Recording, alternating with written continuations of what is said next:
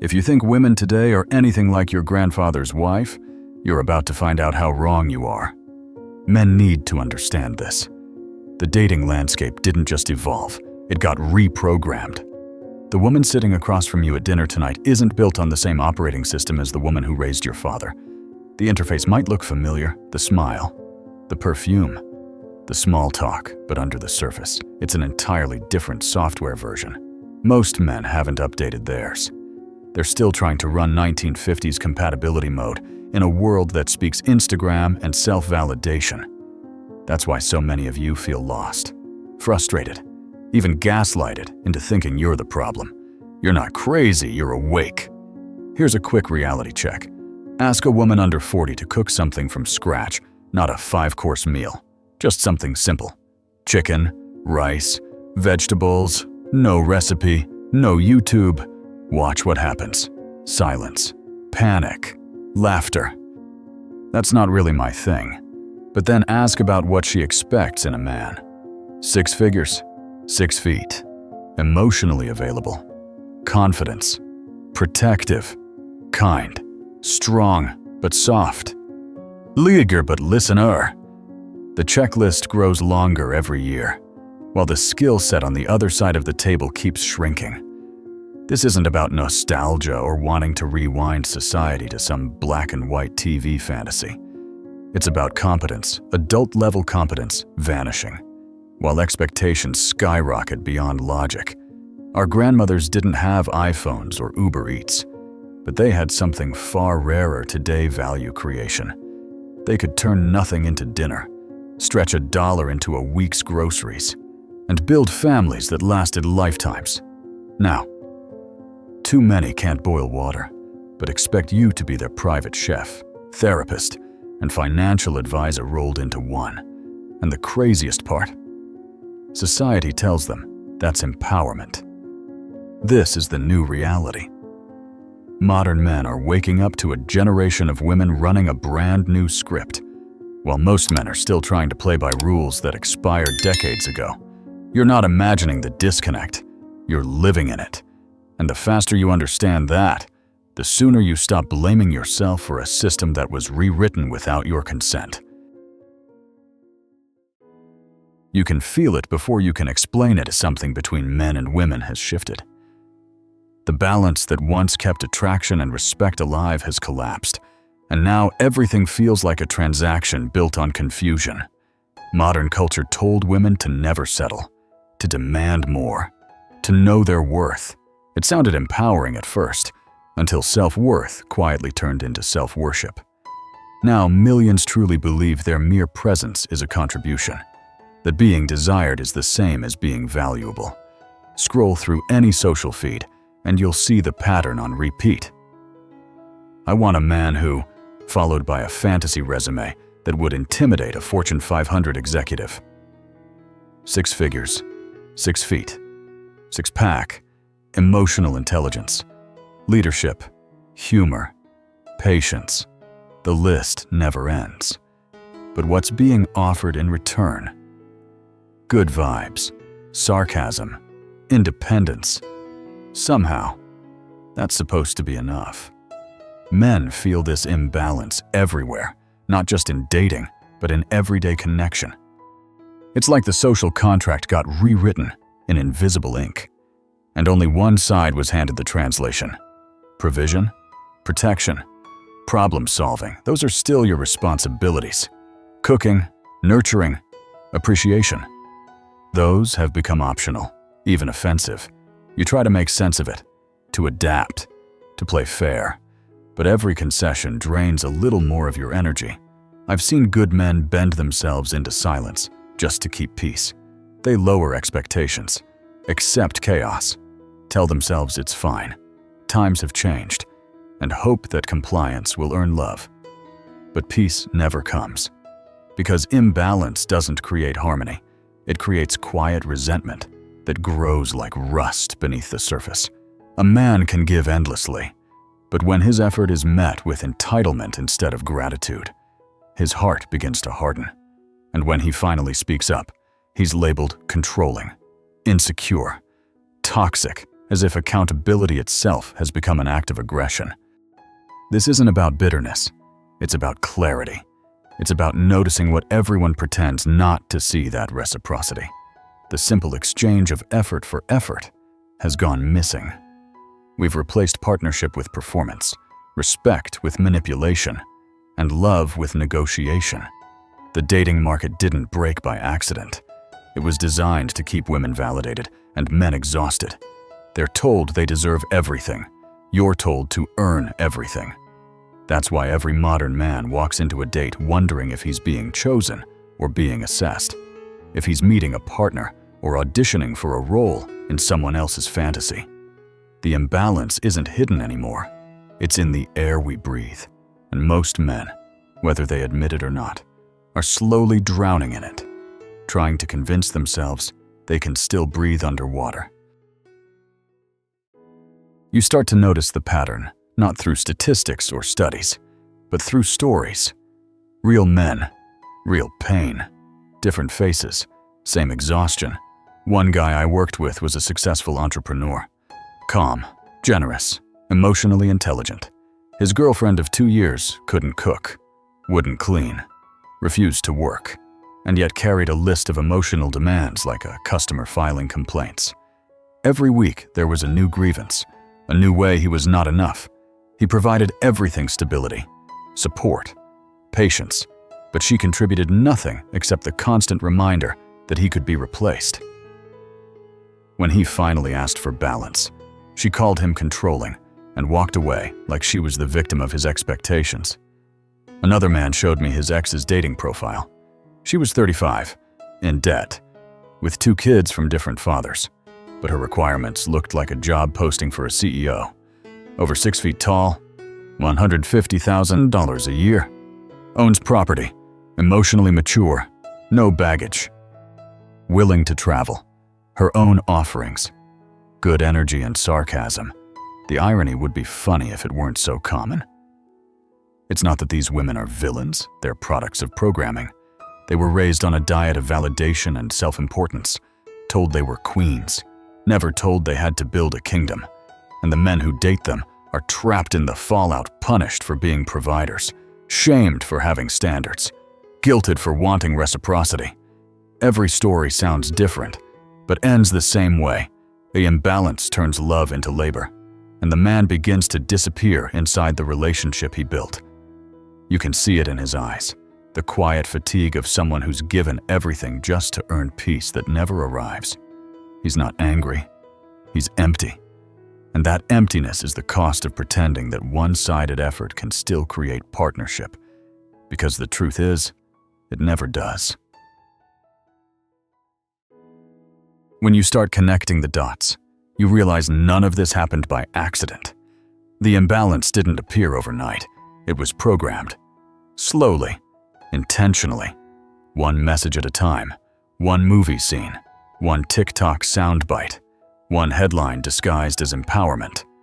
For decades, women were told they were settling if they chose partnership over personal pleasure, submission over independence, humility over visibility. They were told that cooking was servitude, that nurturing was weakness, that depending on a man was regression. And men, we were told to adapt, to stay silent, to never question the new rules, just keep producing, providing, protecting, even when the gratitude disappeared. What you're seeing today is the result of years of psychological conditioning that rewired what people believe love should look like. We replaced teamwork with entitlement, mutual responsibility with selective freedom. Modern women are told they can have everything: career, freedom, validation, luxury, and if something goes wrong, it's still your fault. They can't lose, you can't win, and somehow that's called equality. Social media took it further. Every scroll is a reminder that there's always someone richer, taller, more exciting than you. Every post tells her she's a prize simply for existing. Filters turn ordinary into extraordinary, and likes become currency. It's an economy of ego, where attention is oxygen. And when that oxygen runs low, someone, usually a man, has to provide the next breath. The tragedy is that this programming doesn't create happiness. It breeds emptiness. It turns genuine connection into comparison, turns gratitude into resentment, turns love into leverage. You can't compete with an algorithm designed to make her feel perpetually dissatisfied. So here we are, men trying to love women who've been taught to see love as a limitation. We're building relationships with people raised on slogans, not values, convinced that their desires are sacred and your efforts are expected. It's not evil, it's engineered. And if you don't see the code, you end up serving it. The programming isn't just around us, it's inside us. The only way out is awareness. Once the programming takes hold, the damage doesn't look dramatic. It looks normal. It hides inside everyday interactions, quiet frustrations, unspoken resentments, invisible walls between two people who still call it love. You see couples together, but you can feel the distance. She's scrolling. He's silent. They're in the same room but living in separate realities. It's not war, it's numbness. That's what modern love has become, not passion, not partnership, but polite coexistence held together by fear of being alone. Men today find themselves performing roles that used to be shared responsibilities: provider, therapist, emotional sponge, problem solver, protector. And what do they receive in return? Expectations, critiques, emotional volatility disguised as vulnerability. The same man who's told to open up gets punished the moment he shows fatigue. The same woman who wants a strong leader loses interest the moment he takes control. It's a paradox that eats away at connection until only tension remains. I've watched relationships that look perfect on Instagram collapse in real life because no one was actually contributing, just trading validation. The woman expected to be adored. The man expected to endure. Over time, affection became currency, intimacy became negotiation, and gratitude disappeared entirely. When love turns transactional, nobody wins. The cruel part is that many men blame themselves. They think, if I just give more, if I just understand better, maybe she'll meet me halfway. But she doesn't, because the system never taught her how. The culture rewards demand, not contribution. Appreciation is seen as weakness. Compromise is seen as surrender. So men adapt. They shrink their expectations, silence their needs, lower their energy to survive the chaos. They stop leading, stop challenging, stop hoping. And that's the real fallout, not the loss of women, but the quiet death of masculine spirit. When love becomes labor and connection becomes burden, something sacred disappears from both sides. This isn't just a dating problem. It's a cultural tragedy, a generation confusing exhaustion with effort, attention with affection, and control with care. Love used to be about building together. Now it's about who gives less and who leaves first. At some point, a man realizes that trying to fix the system is impossible. You can't negotiate balance with someone who was taught that balance is oppression. You can't build partnership with someone who sees effort as servitude. So you adapt not out of bitterness, but survival. You stop expecting fairness. You stop chasing reciprocity. You begin to protect your peace the same way you protect your wallet, carefully, quietly, with clear boundaries. Men who stay sane in this chaos all learn the same rule: expect nothing, appreciate anything.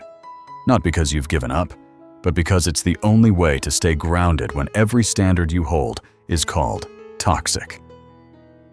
You assume she won't cook, won't clean, won't contribute, and if she proves you wrong, that becomes a pleasant surprise instead of a constant disappointment. That mindset isn't cynicism. It's armor. The modern man doesn't hate women. He's just tired of being gaslit for wanting what used to be normal. Tired of giving everything and being told it's still not enough. Tired of being expected to carry a relationship alone while pretending it's equal. So he learns to conserve his energy. He invests less in fantasy and more in reality. He learns to walk away faster, to test sooner, to stop rewarding chaos with patience. But there's a danger in this kind of defense. If you lower expectations too far, you start enabling incompetence. You start treating dysfunction like destiny. I've seen men do everything themselves, pay every bill, solve every problem, shoulder every emotion until the woman beside them forgets how to function at all. By the time he sets boundaries, it's too late. She calls him controlling for finally asking her to contribute. The defense that saves you can also isolate you. But sometimes isolation is peace. Sometimes solitude is freedom. Choosing yourself isn't selfish. It's self-preservation. The truth is, survival in modern love isn't about outsmarting women. It's about outgrowing illusions. You can't heal what refuses accountability. You can only protect your sanity and move with intention. Once you stop defending yourself and start observing, you realize the goal isn't to win every encounter, it's to filter them. The modern dating landscape isn't a battlefield, it's a minefield. Every interaction is a test of clarity. Every woman you meet is a reflection of the environment that shaped her. Some can unlearn it, most can't. The mistake men make is thinking they can teach someone to value what she's never respected. You can't reason someone into accountability. You can only identify whether it exists and act accordingly. That's why standards matter more than ever. Not as a checklist of perfection, but as a filter for sanity. The moment you compromise your core boundaries just to keep someone, you lose yourself piece by piece. So you test early, not to play games, but to save years. Ask her to make dinner, not because you need food, but because you want to see if she knows how to contribute. Suggest splitting this bill, not because you can't pay, but because you want to know if she values fairness. Bring up accountability and watch. Her reaction, does she take responsibility or shift blame? Those small moments tell you everything. Most men wait too long to find out who they're really with. They invest months before discovering entitlement. They confuse effort with compatibility, attraction with alignment. But filtering isn't about judgment, it's about truth. It's realizing that love without respect is manipulation, and partnership without contribution is dependency. When you meet a woman who appreciates rather than expects, hold on to her. When she reciprocates instead of consuming, protect that connection, because gratitude is rare now and respect is priceless. Most won't meet your standards, and that's fine. You're not supposed to find dozens. You only need one who gets it. The filter isn't cruelty, it's clarity. You're not rejecting people. You're rejecting chaos. You're saying, I'd rather be alone than drained. And that's not arrogance. That's evolution. The modern man doesn't need to conquer women, he needs to curate peace. Standards are how you find it. Boundaries are how you keep it. Eventually, every man who's paid attention reaches the same realization: you can't go back. The world your grandfather lived in doesn't exist anymore. The women he met, the social contract he trusted, the respect that came naturally, all of it belongs to a time that's gone. You're not broken from missing it. You're simply awake enough to see the shift. The market changed, the rules changed, and pretending otherwise only keeps you stuck in a story that no longer fits. The modern man doesn't need to become bitter. He needs to become aware. Awareness is what turns confusion into strategy. It's what separates the ones who complain from the ones who adapt. You can't change what's out there, but you can change how you move through it. You learn to protect your energy like it's currency. You learn to value peace more than validation. You stop proving your worth to people who can't even recognize it. The awakening isn't about rejecting women. It's about remembering yourself. About realizing that your time, your effort, your leadership, they mean something. You're not asking for too much. You've just been taught to expect too little. Every time you maintain your standard, you raise the bar slightly for everyone watching. Every time you walk away from entitlement, you remind the world that masculinity isn't submission, it's structure, it's direction, it's self-respect in motion. Some will call it cold, some will call it outdated. But men who know peace don't need validation. They don't chase acceptance from systems that were never built for them. They build their own. And somewhere in that process, they attract women who remember what partnership actually means: those who bring value. Not just presence, respect, not just attraction. The truth is simple. You can't control the market, but you can control your participation. Sometimes the smartest move is not to play. Other times, it's to lead by example until the world catches up. Either way, your dignity stays intact. This is what awakening looks like: not rage, not retreat, but quiet strength. The kind that doesn't beg to be understood, only to be respected. The kind that knows peace is worth more than attention, and purpose is worth more than approval. The kind that remembers being awake isn't a burden, it's freedom. And if you've felt that truth in your gut while listening, you're already part of this awakening. Don't let it fade. Share this message, add your story, and let other men know they're not alone. Every voice that speaks truth pushes back against the noise. Every standard you hold makes the next man stronger.